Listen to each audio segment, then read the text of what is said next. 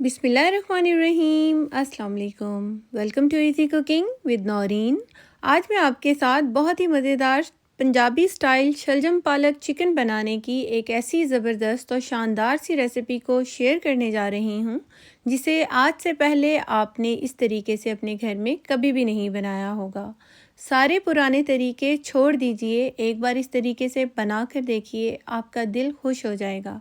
ये चेक कीजिए सबसे पहले कितना ज़बरदस्त ये बनकर तैयार हुआ है, क्योंकि इसमें चिकन को शलजम और पालक के साथ एक ऐसे नए तरीके से बनाकर तैयार किया जाता है जिसकी वजह से इसका जो टेस्ट है ना, वो एक ऐसे ट्रेडिशनल लेवल पर चला जाता है जिसे खाना खाने का तो मज़ा ही आ जाता है। ये चेक करें ज़रा, चिकन इतना गला हुआ और शलजम और पालक भी बहुत ही मज़ेदार और फ्लेवरफुल बनकर तैयार होते हैं।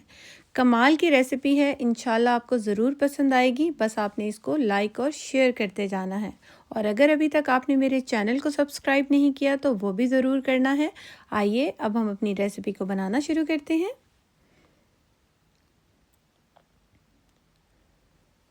यहाँ पर इस रेसिपी को मैं बना रही हूँ मट्टी की हांडी में, और मैंने मट्टी की हांडी को पहले से थोड़ा सा गर्म होने के लिए चूल्हे पर रख दिया था। और अब मैंने इसके अंदर ऐड कर दिया है आधा कप कुकिंग ऑयल। एक अदद बड़े साइज़ का प्याज लिया था, इसको स्लाइस में कट करके ऐड कर देंगे। प्याज को हल्का नरम होने तक हमने फ्राई करना है हाई फ्लेम पर। जैसे ही प्याज हल्का सा नरम होगा तो हम इसके अंदर ऐड कर देंगे 1 टीस्पून ज़ीरा। साबुत ज़ीरा मैंने ऐड किया है, और अब हमने इसको भी प्याज के साथ फ्राई करना है।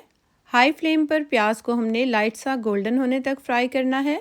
और इसके बाद हम इसके अंदर ऐड कर देंगे 2 टीस्पून लहसुन अदरक का पेस्ट।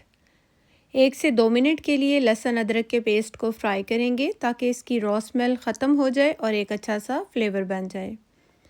और इसके बाद हम इसके अंदर ऐड कर देंगे चिकन। आधा किलो मैंने चिकन लिया है। अच्छी तरह से वॉश करने के बाद चिकन को सबसे पहले हमने खुश्क करना है और उसके बाद हमने चिकन को ऐड करना है।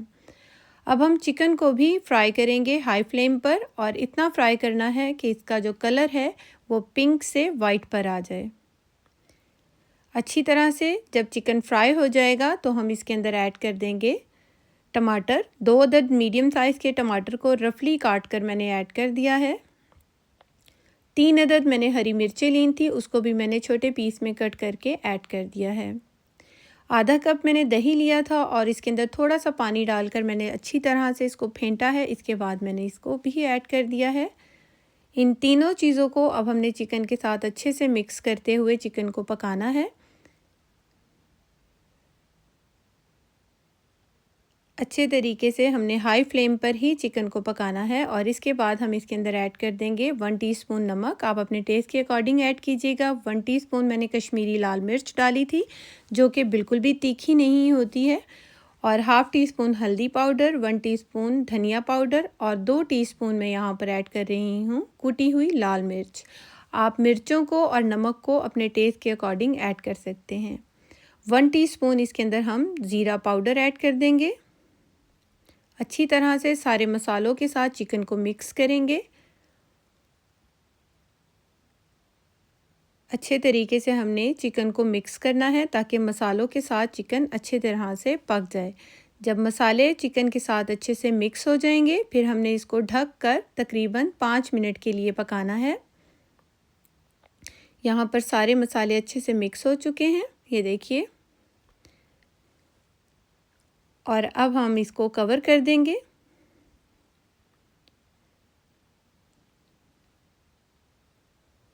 और कवर करके यहाँ पर अब हम इसे 5 मिनट के लिए पकाएंगे।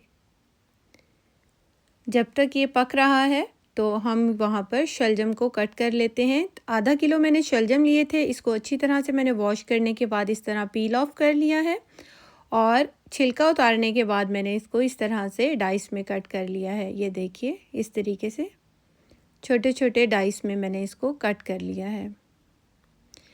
और यहाँ पर मैंने ली थी आधा किलो पालक, और इसको भी मैंने अच्छी तरह से सबसे पहले वॉश किया है और इसके बाद मैंने इसकी भी कटिंग कर ली है।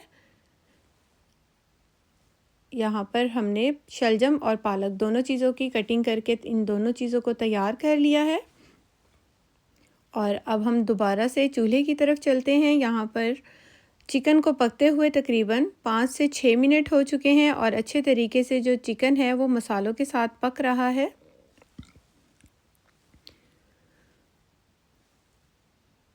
जब चिकन अच्छे से पक जाएगा, यानी कि नरम नहीं होना चाहिए, चिकन गला हुआ नहीं होना चाहिए। मिट्टी की हांडी में बना रहे हैं हम, तो चिकन जो है हमने अच्छी तरह से सिर्फ भूनना है। इसके बाद हम इसके अंदर शलजम ऐड कर देंगे।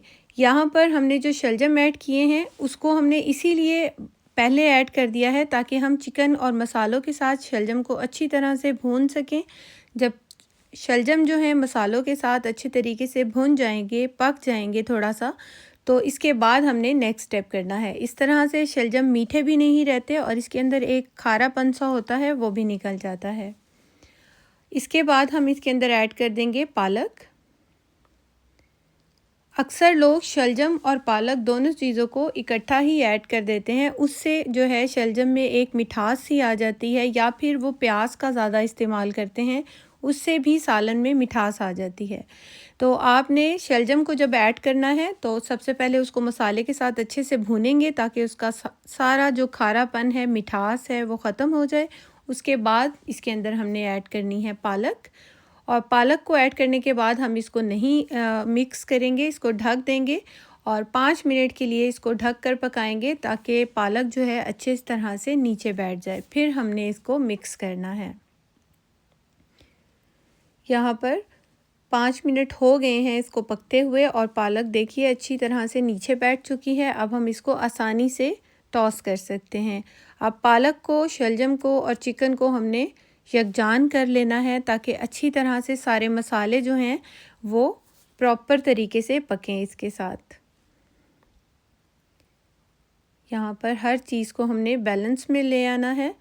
और यहाँ पर चेक कीजिए, चिकन को अगर आप पहले से गला लेंगे, मिट्टी की हांडी में अगर आप पका रहे हैं या प्रेशर कुकर में पका रहे हैं, तो चिकन जो है बहुत रेज़ा रेज़ा हो जाएगा। तो आप मेरी रेसिपी को फॉलो करते जाइए कि मैंने चिकन को कितना टाइम दिया था और बाद में मैंने क्या क्या चीज़ें किस तरह से ऐड की हैं। यहाँ पर हमने चिकन और पालक को अच्छे तरीके से गलने तक पका लेना है। मुझे यहाँ पर इन दोनों चीज़ों को पकाते हुए तकरीबन 15 मिनट हो चुके हैं और ये देखिए शलजम अच्छी तरह से गल चुका है। इसके बाद मैंने इसके अंदर डाला है गरम मसाला पाउडर, थोड़ा सा मैंने यहाँ पर डाला है बारीक कटा हुआ हरा धनिया और 1 से 2 हरी मिर्चों को काट कर या साबुत जैसे भी आप पसंद करें उस तरह से ऐड कर देंगे।